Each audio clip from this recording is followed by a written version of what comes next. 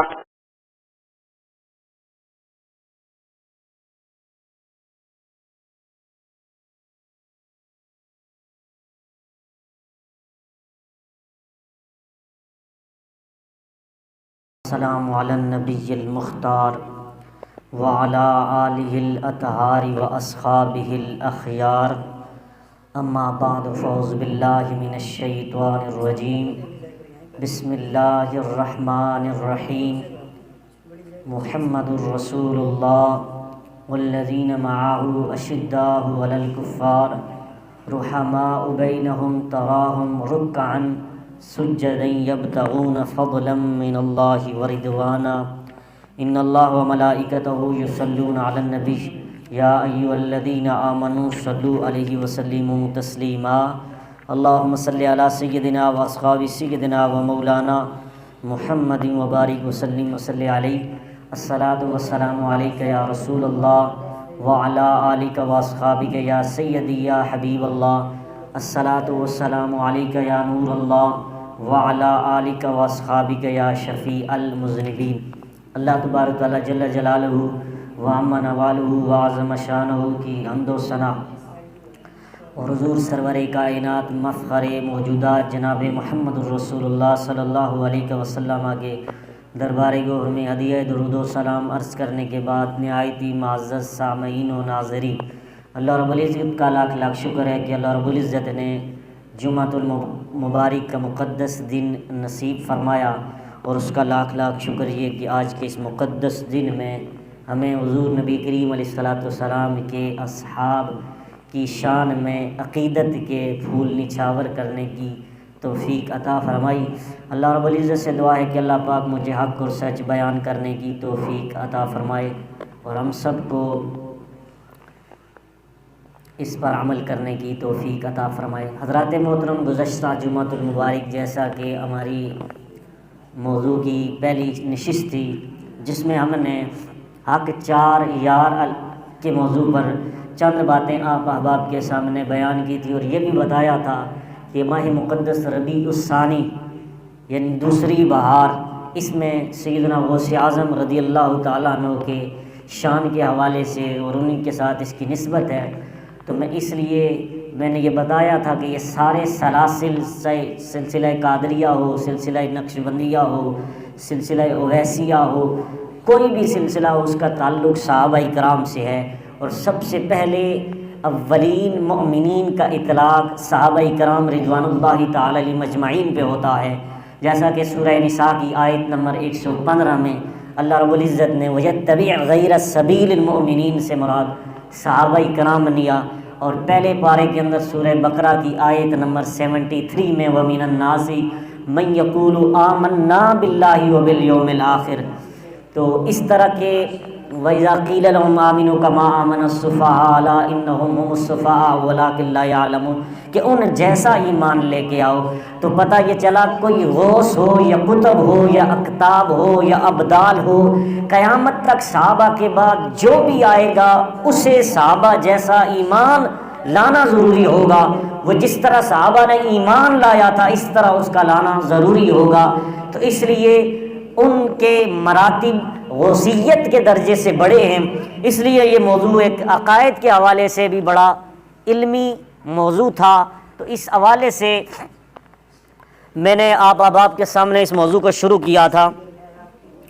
تو اس لیے سمجھ لیجئے کہ میں نے قرآن مجید کی سورہ فتح 26واں پارہ آیت نمبر 29-29 پڑھنے کا شرف حاصل کیا تھا، موضوع سخن اس آیت کو بنایا تھا۔ اس میں اللہ رب العزت نے ان عظیم میرے محبوب علیہ الصلوۃ والسلام کے تربیت یافتہ عظیم خلفائے اربعہ کا بڑے خوبصورت انداز میں تذکرہ فرمایا تھا، ان کے خصائل، ان کے شمائل اور ان کے مناقب کو بیان کیا تھا۔ تو اس لیے اس گفتگو میں ہم کچھ تفصیلی بحث نہیں چھیڑ رہے، بلکہ صرف ایک ترتیب بیان کرنا چاہتے ہیں کہ جس کا تذکرہ ہمیشہ رسول اللہ صلی اللہ علیہ وسلم نے پیش نظر رکھا، پھر جب خلفائے راشدین کے نام لیے تو اسی ترتیب سے میرے محبوب علیہ الصلوۃ والسلام نے لیے. پھر اللہ تبارک و تعالیٰ نے بھی ان کی جو ترتیب بنائی ہے وہ یہی بنائی ہے.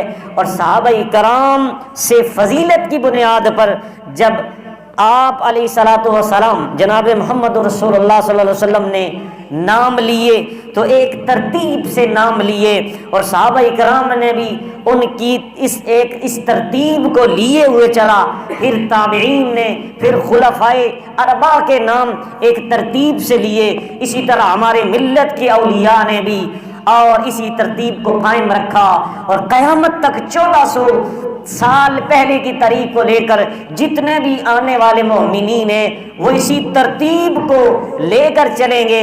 اور آج ہمارے لیے بھی ضروری ہے کہ جس انداز میں آپ نے یعنی کہ جناب محمد الرسول اللہ صلی اللہ علیہ وسلم نے اپنے یاروں کا تذکرہ کیا, ہم بھی اسی انداز میں کریں جس انداز میں خلفائے اربعہ نے کیا, جس انداز میں صحابہ کرام نے کیا, جس انداز میں تابعین نے کیا, جس انداز میں تابعین نے کیا, جس انداز میں پوری امت کے اولیاء و صالحین نے کیا, غوثوں نے کیا, کتبوں نے کیا, ابدالوں نے کیا, اوتادوں نے کیا, جس ترتیب سے ان خلفاء کا تذکرہ. اسی لیے یاد رکھیے اسی انداز کو برقرار رکھا جائے اور اسی سلیبس کو لے کر چلنا چاہیے. کسی دوسرے گروہ کے نظریات سے متاثر ہو کر نبی علیہ الصلوۃ والسلام کے طریقے کو چھوڑ دینا, اہل بیت اور اہل بیت اطہار اور صحابہ کرام رضوان اللہ تعالی علیہم اجمعین کے طریقے کو چھوڑ دینا, یہ ہرگز حق پرستوں کا وتیرہ نہیں ہے, حق پرستوں کا شیوا نہیں ہے. یہاں راستہ جب وحی کے ذریعے متعین کر دیا گیا قرآن میں, اور پھر وحی مطلوع اور وحی غیر مطلوع, اس کے ذریعے ہمیں ساری چیزیں, ہمارا اس پر ایمان ہے, ایقان ہے, اس لیے اس پر ہم نے اپنا عقیدہ بنایا ہے, اس سے ہم 1 انچ بھی آگے پیچھے نہیں ہٹتے جو ہمیں اسلام نے طریقہ بتایا.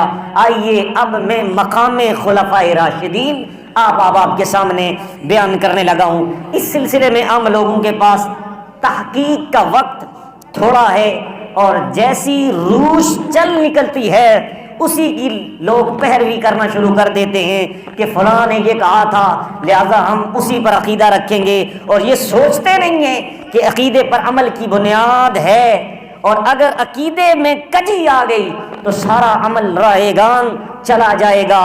اس لیے ہمارا باقاعدہ خلفائے راشدین کے عقیدے کے مطابق ایک سلیبس ہے, ایک شعبہ ہے, اور ان کی ذوات کے مطابق ایک سلیبس ہے. چونکہ ان کی ذوات اتنی عمدہ ہیں, اتنی لطیف ہیں, اور اتنی عظمت والی ہیں, اتنی خصائص والی ہیں, اتنے مقام اور شرف والی ہیں کہ ان کے بعد ہمیں یہ سٹیٹس دیا گیا کہ ہمارے آقا علیہ الصلوۃ والسلام نے ارشاد فرمایا علیکم بسنتی و سنت الخلفاء الراشدین, لوگو تم پر میری سنت اور میرے صحابہ اور میرے خلفاء راشدین کی سنت تم پر لازم ہے, ان کا طریقہ قیامت تک تمہارے لیے لازمی ہے.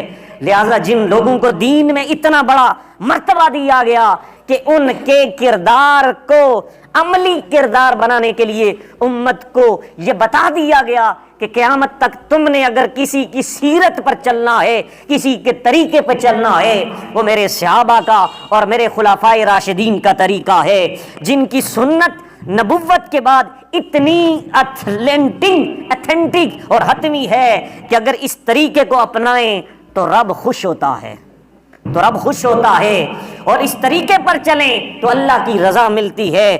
یقیناً ان شخصیات کے بارے میں ایک ایمان اور یقین کا معیار بھی ہونا ہے چاہیے. اور اس سلسلے میں اختصار سے مجدد الفسانی علیہ رحمہ کا ایک قول بحیثیت اپنے عقیدے کے بیان کرتے ہوئے قرآن و سنت کے دلائل پیش کریں گے. آئیے حضرت مجدد الفسانی علیہ رحمہ اپنی مکتوبات شریف کی 2 جلد صفحہ نمبر 37 پر لکھتے ہیں افضلیت حضرات خلفائے اربعہ بترتیب خلافت ایشان نست. فرماتے ہیں چاروں خلفاء حضرت سیدنا صدیق اکبر، حضرت فاروق اعظم رضی اللہ تعالیٰ عنہ، اور حضرت سیدنا عثمان غنی اور حضرت سیدنا علی کرم اللہ وجہ الکریم کی افضلیت کی وہی ترتیب ہے جو ان کی خلافت کی ترتیب ہے. یعنی کہ مقام اور فضیلت آج ہمارے اہل سنہ والجماع کے اندر تفضیلی پیدا ہو چکے ہیں. معاذ اللہ جو سیدنا مولا کائنات کو سیدنا ابوبکر صدیق پر فضیلت دیتے ہیں کہ مولا کائنات علی کرم اللہ وجہ الکریم جو ہیں ان کی فضیلت یہ ہے کہ وہ حضرت ابو بکر سے بھی افضل ہیں. اور معاذ اللہ رافضیوں کے عقیدے پر وہ جس طرح رافضیوں شیعوں کا عقیدہ ہے کہ تمام ائمہ اربعہ، ائمہ اہل بیت، میرے مصطفیٰ کریم کی آل جو ہے تمام انبیاء سے معاذ اللہ افضل ہے، یہ کافرانہ عقیدہ ان کا لے کر آج ہمارے اہل سنہ والجماعت کے اندر بھی تفضیلی گروہ پیدا ہو چکا ہے اور یہ بہت بڑا فتنہ ہے. اور اسی طرح پچھلے دنوں ایک بہت بڑے گدی نشین، میں نام نہیں لوں گا، ان کا بھائی پہلے شیر اہل سنت تھا، پہلے اسے کہتے تھے سنیوں نے شیر پالا، لیکن اس کا بھائی جو نون لیگ کا MNA ہو کر ایک گدی نشین ہو کر ایک بہت بڑی کانفرنس میں اس بھائی کے سامنے کہنے لگا معاذ اللہ سیدہ فاطمہ علیہ السلام اللہ علیہ ان کثیرن کثیرہ کے بارے میں یہ کہا کہ وہ سارے نبیوں سے افضل ہیں معاذ اللہ. تو اس طرح کا عقیدہ یہ تفضیلیوں کا عقیدہ ہے جو شیعہ حضرات کا عقیدہ ہے، اہل سنت کے اندر سرایت کر گیا ہے. اس لیے آج امام اہل سنت الشاہ احمد رضا خان فاضل بریلوی کے ان جو علوم دے کر گئے تھے ان کی تعلیمات پر غور کرنا ہوگا. جس نے بھی اہل سنہ والجماع کا عقیدہ مضبوط کرنا ہوگا اسے امام احمد رضا بریلوی کے ان ملفوظات کا مطالعہ کرنا ہوگا اور ان کی تعلیمات پر چلنا ہوگا. جو بھی اس امت میں اعلیٰ حضرت کی فکر کے خلاف چلا وہ گمراہ ہو گیا، یا رافضی ہو گیا یا خارجی ہو گیا. اللہ کا فضل ہے ہم ترتیب جو ہے جو میرے نبی نے دی ہے، میرے اللہ نے صحابہ کرام کو دی ہے، اسی ترتیب سے مجدد الفسانی فرماتے ہیں کہ ان کی افضلیت کی ترتیب بھی وہی ہے جو خلافت کی ترتیب ہے. یعنی پہلا نمبر حضرت ابو بکر کا ہے، دوسرا نمبر حضرت عمر فاروق کا ہے، تیسرا نمبر حضرت عثمان غنی کا ہے، اور چوتھا نمبر مولا کائنات کا ہے. یہ جو قوالی ہے کہ علی دا پہلا نمبر، یہ قرآن و سنت کے مخالف ہے. یہ قوالی علی کا پہلا نمبر نہیں ہے، ابو بکر کا پہلا نمبر ہے. کس کا نمبر ہے؟ ابو بکر کا پہلا نمبر ہے. حضرات محترم جس طرح میں نے گزشتہ جمعۃ المبارک بتایا تھا حروف دہجی الف سے شروع ہوتی ہے، یا پر ختم ہوتی ہے. میرے نبی کے پہلے خلیفہ کا نام ابو بکر ہے، الف کے ساتھ ابو بکر ہوتا ہے، اور چوتھے خلیفہ کا نام علی ہے. علی کا آخری حرف یا ہے، تختی الف سے شروع ہوتی ہے، یا پر ختم ہوتی ہے. یہ الٹے سبق پڑھاتے ہیں جو یا کو پہلے لے کر چلتے ہیں. یاد رکھیے میرے نبی نے بتایا، میرے نبی نے فرمایا میرا فیض الف سے لے کر یا تک تمام کو میں نے یہ فیض عطا کیا ہے. یعنی الف سے لے کر یا تک جتنے صحابہ تھے ان کو میرے نبی نے مکمل اپنا فیض عطا کر دیا.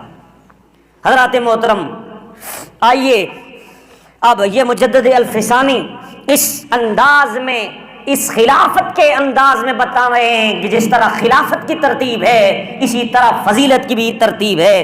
اس لیے پہلے خلیفہ سیدنا ابوبکر صدیق، دوسرے خلیفہ سیدنا عمر فاروق، تیسرے خلیفہ سیدنا عثمان غنی، چوتھے خلیفہ حضرت علی المرتضیٰ. اس امت میں فضیلت کا بھی چوتھا درجہ ہے مولا کائنات کا. آئیے ترتیب افضلیت خلفائے اربعہ پر اہل حق کا اجماع یہ آپ احباب کے سامنے بیان کرنے لگا ہوں.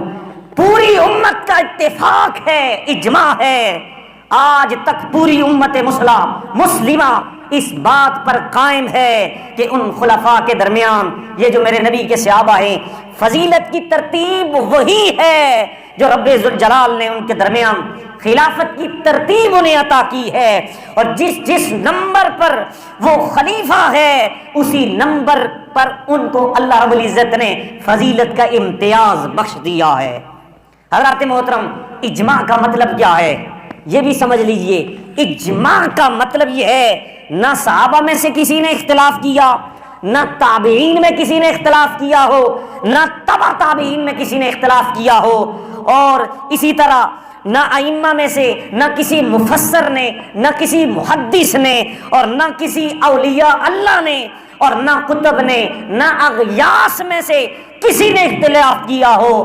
ہمیشہ اس بات کو دین کا اور ایمان کا حصہ سمجھا گیا ہو کہ چاروں خلفاء عظیم ہیں، مگر ان میں فضیلت کی ترتیب وہی ہے جو ترتیب ان کی خلافت کے لحاظ سے عطا کی گئی ہے. اس کو اجماع کہتے ہیں. آئیے، افضل البشر بعد از انبیاء، تمام انبیاء کرام کی ذوات کے بعد سب سے افضل بندہ کون ہے؟ سیدنا ابو بکر صدیق. کون ہے؟ آئیے مکتوبات شریف کے اندر تیسری جلد معرفت الحائق کے اندر جلد نمبر 2 میں بھی اور صفحہ نمبر 37 پر مجدد الفسانی لکھتے ہیں. وہ فرماتے ہیں افضل بشر بعد پیغمبران صلوات اللہ تعالی و تسلیمات تہو سبحانہ و تعالی علیہ اجمعین حضرت صدیق است رضی اللہ تعالیٰ عنہ بعد از ازاں حضرت فاروق اعظم رضی اللہ تعالیٰ عنہ.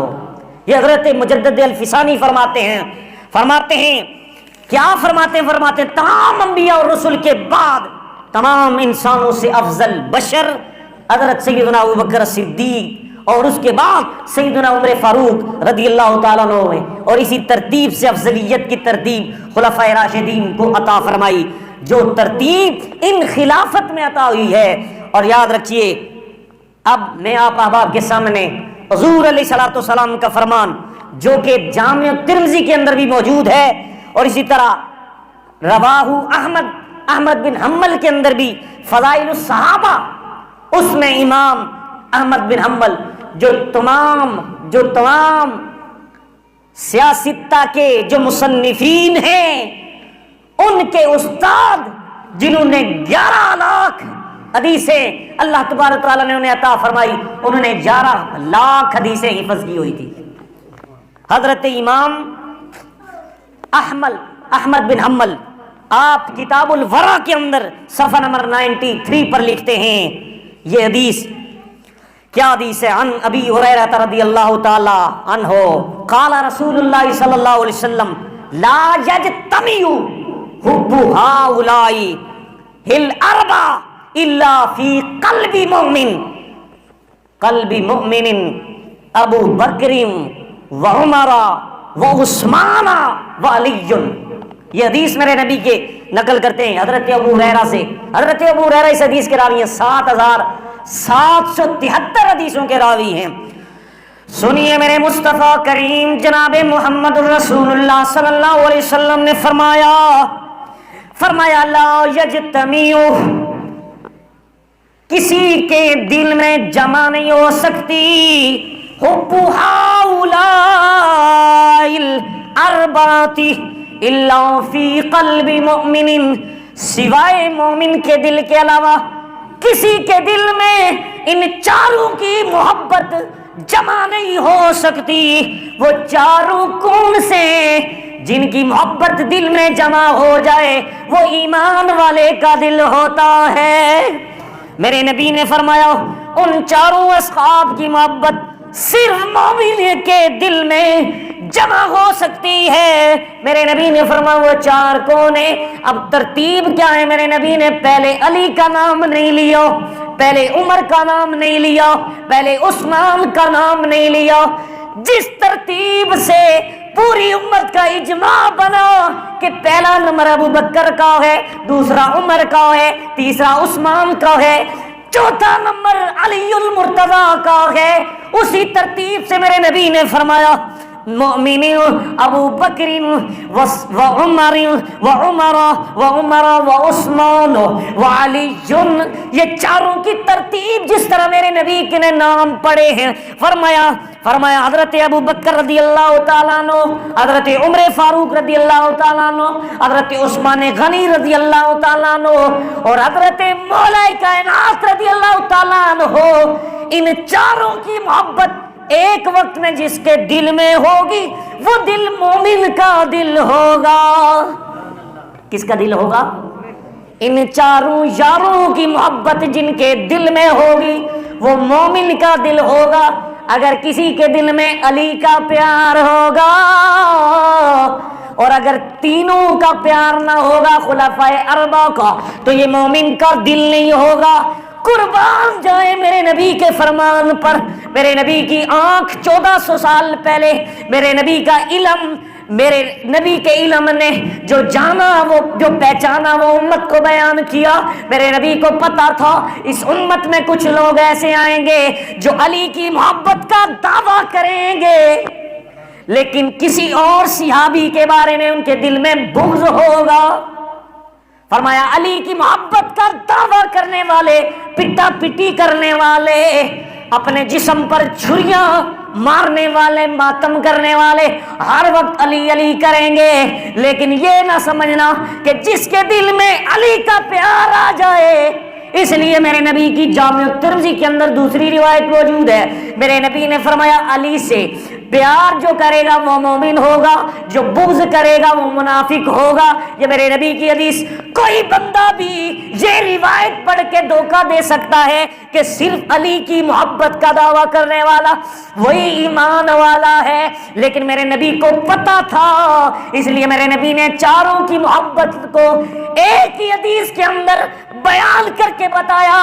اور صرف علی کی محبت کا دعویٰ کرنے والوں یہ نہ سمجھ بیٹھنا صرف علی کی محبت کرنے والا ایمان والا ہے، بلکہ قیامت تک علی کے ساتھ دوسری حدیث میں فرمایا چاروں کی محبت ایک ہی وقت میں جس دل میں ہوگی وہی پکا ایمان والا ہوگا۔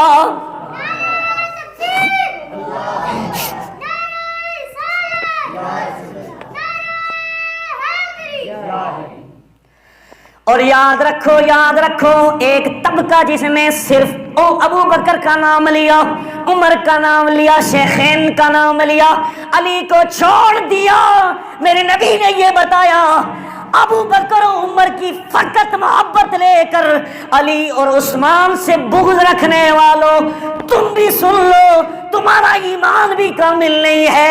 اس لیے میرے نبی نے فرمایا چاروں کا پیار ایک ہی وقت میں جس کے دل میں ہوگا وہی ایمان کامل والا ہوگا۔ اس حدیث میں رافضیت کو بھی رگڑا ہے، خارجیت کو بھی رگڑا ہے۔ رافضیت اسے کہتے ہیں جو دعوی اہل بیت کی محبت کا دعویٰ کرے اور صحابہ کو بونکے اس کو رافضی کہتے ہیں، اور جو میرے نبی کے صحابہ ہیں انہیں بونکے اور اہل بیت سے محبت کا دعویٰ کرے اسے رافضی کہتے ہیں، اور جو اہل بیت کو بونکے، اہل بیت کو باغی کہیں اور اہل بیت کے بارے میں بغضیہ کلمات کہیں، ان کے دل کے اندر اہل بیت کی محبت نہ ہو، صحابہ کا پیار موجود ہو، میرے نبی نے فرمایا وہ خارجی ہے۔ رافضی اس کو کہتے ہیں جس کے دل میں ابو بکر کا بھی پیار ہوتا ہے، علی کا بھی پیار ہوتا ہے۔ فرمایا چاروں کی محبت جس دل میں ہوگی وہ دل سمجھنا چاہتے ہو کس کا دل ہے تو وہ کامل ایمان والے کا دل ہے۔ آئیے دربار رسالت اور ترتیب خلافت و فضیلت، مزید اس سلسلے میں رسول اکرم صلی اللہ علیہ وسلم سے حضرت سیدنا مولا کائنات علی کرم اللہ وجہ الکریم یہ روایت کرتے ہیں جامع الترمذی کے اندر حدیث نمبر انٹرنیشنل نمبر کے مطابق 3714، اور اسی طرح کتاب باب مناقب علی ابن ابی طالب رضی اللہ تعالیٰ عنہ جلد 2 صفحہ نمبر 213 پر یہ روایت موجود ہے۔ جامع الترمذی کے اندر حدیث موجود ہے، میرے نبی نے فرمایا عن علی قال قال رسول اللہ صلی اللہ علیہ وسلم میرے نبی نے فرمایا رحم اللہ ابا بکر زوجنی ابنتہ وحملنی الی دار الحجرۃ واعتقى بلالا من مالہ رحم اللہ عمر یقول الحق وان کان مرا ترکہ الحق ومالہ صدیق رحم اللہ عثمان تستحییہ الملائکۃ رحم اللہ علیا اللہم ادر الحق ما هو خیس دار۔ میرے نبی نے فرمایا قال رسول اللہ صلی اللہ علیہ وسلم رحم اللہ ابا بکر، اللہ ابو بکر پر رحم فرمائے، اللہ ابو بکر پر رحم فرمائے۔ کیوں؟ میرے نبی نے فرمایا زوجنی ابنتہ وحملنی الی دار الحجرہ، فرمایا ابو بکر پر اللہ رحم فرمائے کہ اس نے اپنی بیٹی کا نکاح میرے ساتھ کر دیا۔ فرمایا اللہ ابو بکر پر رحم فرمائے کہ اس نے اپنی بیٹی عائشہ صدیقہ کو میرے نکاح میں دیا ہے۔ اس حدیث شریف کے راوی بھی یاد رکھیے حضرت مولا کائنات ہیں۔ کون ہے؟ آج مولا کائنات کی محبت کا دعویٰ کرنے والے، ام المؤمنین مومنوں کی ماں کا نام لینا گوارا نہیں کرتے۔ تو سنیے کتنا پیار تھا ان صحابہ و اہل بیت میں، ازواج میں، وہ تو اپنی شانیں کسی کی منہ سے بول کر اس کو فخر محسوس کیا کرتے تھے۔ حضرت علی کے دل میں اگر حضرت عائشہ کا بغض ہوتا تو وہ کبھی نہ کہتے کہ یہ چیز ہے کہ مولا کائنات کبھی بھی یہ روایت پیش نہ کرتے جس میں حضرت ابو بکر کی شان کو بیان کیا جا رہا ہو اور حضرت ابو بکر کی بیٹی میرے مصطفیٰ کریم کی زوجہ محترمہ ام المومنین سیدہ عائشہ کا مقام بیان کیا جا رہا ہو۔ ایک ہی حدیث میں مولا کائنات نے چاروں خلفاء کی روایت کو پیش کر کے اس بات کو دلیل کے طور پر قیامت تک بیان کر دیا۔ کہا لوگوں یہ نہ سمجھنا کہ ہم میں آپس میں اختلاف ہیں، فرمایا رخماء بینہم، سورہ فتح کی آیت نمبر 39 میں قرآن کہتا ہے یہ آپس میں بڑے رحم دل ہیں، آپس میں رحم دل ہیں، مسلمان آپس میں، یہ مومنین ہیں آپس میں رحم دل ہیں۔ پتہ یہ چلا یہ آپس میں رحم دل ہیں، اس لیے قیامت تک جتنے بھی مومنین ہیں وہ بھی ان کے ساتھ رحم دل ہیں، ان کے ساتھ پیار کرتے ہیں۔ فرمایا شداء علی الکفار، اور قیامت تک یہ مومنوں پر سختی کرنے والے ہیں۔ کیا ہیں؟ سختی کرنے والے ہیں۔ تو پتہ یہ چلا قیامت تک جو بھی ان سے بغض رکھے گا وہ کافر ہی ہو سکتا ہے، کیونکہ یہ کافر پر شدت کرنے والے خلفاء ہیں۔ تو مخاطب کفار تھے تو کفار ہی ان سے بغض رکھنے والے ہیں، مومنین کبھی بھی ان خلفاء اربعہ سے بغض نہیں کر سکتے۔ یاد رکھیے اس حدیث کے راوی حضرت مولا کائنات ہیں۔ آگے سنیے، صحابہ میں سے افضل صحابہ کا تذکرہ کیا اور ان کی فضیلتیں بیان کی، رسول اللہ صلی اللہ علیہ وسلم کے دیے ہوئے لفظوں کو افضلیت کی ترتیب سے بیان فرمایا۔ یعنی رسول اکرم صلی اللہ علیہ وسلم نے اپنے علم کی روشنی میں بھی اس انداز میں، جس انداز میں انہوں نے منصب خلافت کو بیان کیا، جس طرح پہلا نمبر خلیفہ اول جس کا نام لیا سیدنا ابو بکر صدیق، دوسرا نام لیا عمر فاروق، تیسرا نام لیا عثمان غنی اور چوتھا نام لیا علی المرتضیٰ۔ اگر مولا کائنات کا پہلا نمبر ہوتا تو اسی حدیث کے اندر ہی بیان کرتے کہ پہلا نمبر میرا ہے، لیکن نہیں بیان کیا۔ پتہ یہ چلا مولا علی بھی یہی چاہتے ہیں کہ میرا چوتھا نمبر ہونا چاہیے، پہلا نمبر تو ابو بکر کا ہے۔ آئیے حضرت علی آگے فرماتے ہیں کہ جس وقت سرکار نے تقریر شروع کی تو سب سے پہلے نمبر پہ فضیلت بھی ابو بکر کی بیان کی، اور آپ نے فرمایا رحم اللہ ابا بکر، اللہ تبارک تعالیٰ ابو بکر پر رحم فرمائے، زوجنی ابنتہ، جس نے اپنی بیٹی میرے نکاح میں دی۔ اور آگے یاد رکھیے دوسری شان میرے نبی نے بیان کی جو حضرت مولا علی بیان فرماتے، وحملنی الی دار الحجرہ، اور مجھے کندھوں پر بٹھا کے مدینہ شریف لے گیا۔ کون؟ صدیق اکبر کندھوں پر بٹھا کے ہجرت جب میرے نبی نے مکے سے مدینے کی طرف کی، ابو بکر نے اپنے دونوں کندھے رکھے اور بٹھا کر میرے نبی کو مدینہ شریف لے گئے. وہ میرے نبی کی نبوت کا وزن اٹھا گئے. میرے نبی کا وزن کتنا ہے سنیے، یہ نبوت کا وزن ہے. کائنات میں کوئی بھی نہیں ہے جو نبوت کا بوجھ اٹھا سکے. ایک روایت اور مجھے یاد آ گئی، جس وقت مکہ شریف میں، یہ تو مدینے جا رہے تھے، حضرت ابو بکر نے کندھوں پر اٹھا کر میرے نبی کو ہجرت کروائی. لیکن جس وقت کعبہ میں میرے نبی کا فتح مکہ ہوا تو اس کے بعد میرے نبی نے حکم دیا کہ اس کے اندر 360 بت پڑے ہوئے ہیں، علی سارے نکال دو، سب کو توڑ دو. سب کو توڑ دیا گیا اور حضرت مولا کائنات کو کہا گیا کہ اب کعبے کی چھت کے اوپر ایک اور بت پڑا ہوا ہے، ایک اور بت پڑا ہوا ہے، اس کو بھی اتارنا ہے. تو اب کیا ہوا؟ حضرت مولا کائنات کہنے لگے یا رسول اللہ میں آپ کو اٹھاؤں گا، آپ میرے کندھوں پر چڑھیے اور کندھوں پر چڑھ کر آپ خود اس بڑے بت کو نیچے گرا دیجئے. حضرت مولا کائنات کا یہ جملہ جب میرے نبی نے سنا تو میرے نبی نے کیا فرمایا سنو. میرے نبی نے فرمایا علی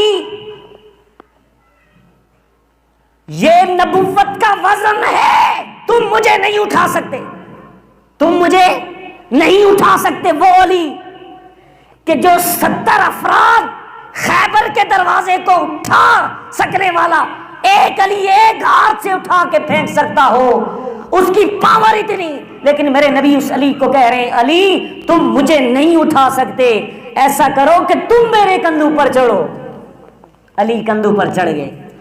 یہاں پتہ چلا میرے نبی نے فرمایا تم نہیں اٹھا سکتے. یہاں بھی خلافت کی وحی سنائی، فرمایا میرے بعد خلافت اگر کسی کو ملنی ہے منصب نبوت کے فرائض سر انجام کے لیے تو وہ ابو بکر کی ذات ہے. اسی لیے یہاں ابو بکر نے میرے مصطفیٰ کریم کو کندھوں پر اٹھایا اور ادھر علی نہ اٹھا سکے. تو بتایا جا رہا ہے علی کا پہلا نمبر نہیں ہے، پہلا نمبر ابو بکر کا ہے. پہلا نمبر کس کا ہے؟ ابو بکر کا ہے. فرمایا اللہ رحم کرے، اس نے اپنی بیٹی میرے نکاح میں دی اور اس نے کیا کیا، ہجرت کے دن مجھے اپنے کندھوں پر بٹھایا اور مدینے لے آیا.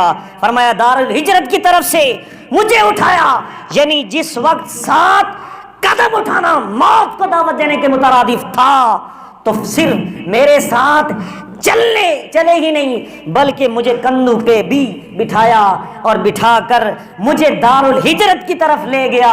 اس کا نام ابو بکر ہے. یاد رکھیے بخاری کے اندر ایک اور روایت موجود ہے. میرے نبی نے کیا کیا، میرے نبی جب ہجرت کر کے ہجرت کی تو سب سے پہلے ابو بکر کے گھر میں چلے گئے. رات کا وقت تھا، چلے گئے. جب گھر میں پہنچے تو یہ بڑی لمبی تفصیلی روایت ہے کہ پہلے ابو بکر تیار تھے. میرے نبی نے بتایا نہیں تھا ابو بکر کو کہ میں ہجرت کرنے لگا ہوں. یہ میرے نبی کی راز کی باتیں تھی اور ابو بکر ایسے رازدان تھے کہ پہلے سے ہی ابو بکر کو پتا تھا کہ میرے نبی فلاں تاریخ کو ہجرت کریں گے. میرے نبی کی نے دیکھا تو حضرت صدیق اکبر نے اپنے گھر میں جو ڈھانچی تھی، جو سواری تھی، سفر کی سواری جو تھی، اس کو پہلے سے اسے تیار کر کے رکھا ہوا تھا اور ایک ایسی خوراک اس کو، یہ ٹالی جو نہیں ہوتی ٹالی، اس کے درخت اور پتے جو تھے اس کو کھلاتے رہے بڑے عرصے تک. تو حکما کہتے ہیں کہ وہ پتے کیوں کھلائے گئے، اس لیے کہ ان پتوں کے اندر طاقت اتنی ہوتی ہے کہ جانور موٹا تو نہیں ہوتا، فرپا تو نہیں ہوتا، لیکن اس کے اندر کٹ کٹ کے جان بھر دی جاتی ہے. اس لیے ایسے پتے جو تھے اسے کھلائے گئے تاکہ اس کا جسم بھی بڑا نہ ہو. اور جس طرح کہتے ہیں نا کہ بندہ اندر سے بڑا تکڑا ہے تو بڑا پتلا، اسی طرح وہ جانور کی خوراک تھی جس سواری پر میرے نبی نے سفر کرنا تھا، اس سے کے ساتھ پہلے سے تیار حضرت ابو بکر نے تیاریاں کی ہوئی تھی. تو یہ میرے نبی کے پہلے خلیفہ ہیں جو ہجرت میرے نبی کے ساتھ کرتے ہیں اور میرے نبی کو کندھوں پر اٹھاتے ہیں. اور آگے میرے نبی نے کیا فرمایا، میرے نبی نے فرمایا وَعَتَقَ بِلَالًا مِن مَالِهِ، میرے غلام حضرت بلال کو اپنے مال سے آزاد کر دیا. یہ 3 شانیں بیان کی میرے نبی نے. فرمایا ابو بکر وہ ہے جس نے اپنا مال دے کر میرے عاشق بلال کو آزاد کر دیا۔ غلاموں کے اندر میرے بلال کا بڑا مقام ہے، جس نے اپنے پیسوں سے حضرت بلال کو خرید کر کے آزاد کر دیا۔ میرے وہ صدیق اکبر ہیں، رسول اکرم نے حضرت سیدنا صدیق اکبر کا پہلے تذکرہ کر کے 3 صفتیں بیان کی، اور پھر میرے نبی نے دوسرا درجہ حضرت عمر فاروق کا بیان فرمایا۔ میرے نبی نے فرمایا رحم اللہ عمر، میرے نبی نے فرمایا اللہ عمر پر رحم فرمائے۔ کس پر رحم فرمائے؟ عمر پر بھی رحم فرمائے۔ میرے نبی نے اپنی ظاہری حیات میں صحابہ کے بڑے مجمع میں جو ترتیب بیان فرمائی، ہر بندے کو اگر تھوڑی سی بھی عقل سلیم ہو تو پتہ چلے گا، جب نبی علیہ الصلوۃ والسلام پہلے ذکر کرتے ہیں، پھر دوسرے کو، پھر تیسرے کو، پھر چوتھے کو، تو اپنی طرف سے نہیں بلکہ رب کے دیے ہوئے پیمانے سے بیان کرتے ہیں۔ نبی علیہ السلام جانتے ہیں میں نے اپنے شاگردوں کو کیا کچھ دیا ہے، اور میں نے ان کو کتنی ولایت عطا کر دی، اور میں نے ان کو کتنا پرہیزگار بنایا ہے، اور ان کے مقام و مرتبے کی تفضیل کیا ہے، یہ میرے نبی نے بیان فرمائی۔ پہلے حضرت صدیق اکبر کا تذکرہ، پھر ارشاد فرمایا رحم اللہ عمر، اللہ عمر پر رحم فرمائے۔ میرے نبی نے ان کی خدمات کو بیان کیا، آگے شانیں بیان کی، فرمایا یقول الحق وان کان مرن، ہمیشہ حق کے لیے اگرچہ وہ کتنا ہی کڑوا کیوں نہ ہو، حضرت عمر کی شان یہ ہے یہ ہمیشہ حق بولتے ہیں، اگرچہ حق کتنا کڑوا ہی ہو، بڑی قیمت دینی پڑے، مگر میرے عمر بولے بغیر نہیں رہ سکتا۔ فرمایا حق کڑوا ہوتا ہے، لیکن یہ عمر وہ ہے کہ یہ حق کو چھوڑ نہیں سکتا، چاہے جتنی بھی قیمت اسے چکانی پڑے، جتنا بھی نقصان ہوتا ہو جائے۔ علی عمر کبھی بھی جھوٹ نہیں بولتا، یہ سچ بولتا ہے۔ اور دوسری حدیث میں آتا ہے قیامت کے دن یہ حق بھی حضرت عمر فاروق کو گلے لگا کر ملے گا۔ قیامت کے دن کہے گا عمر تو نے حق کا بھی حق ادا کر دیا ہے، تو نے حق کا بھی حق ادا کر دیا۔ اور میرے نبی نے فرمایا ترک الحق وما لہ صدیق، حق نے ان کو یہ مقام دے دیا ہے کہ ان کا اس میں کوئی ثانی نہیں آتا۔ یہ شان حضرت عمر فاروق کی میرے نبی نے بیان کی۔ آئیے تیسرے صحابی میرے نبی نے حضرت عثمان غنی کو شان کو بیان کیا، فرمایا رحم اللہ عثمان، اللہ میرے تیسرے خلیفہ عثمان پر بھی رحم فرمائے۔ کیوں؟ ان کی شان یہ ہے تستحیی الملائکہ، اللہ کے فرشتے اس کو دیکھ کر حیا فرماتے ہیں۔ فرمایا اپنے صحابہ کے دل پر نظر ہے، ان کے باطن کو بھی میں جانتا ہوں۔ سارے صحابہ میں سے افضل ترین صحابہ خلفائے راشدین کی ترتیب فرما رہے ہیں۔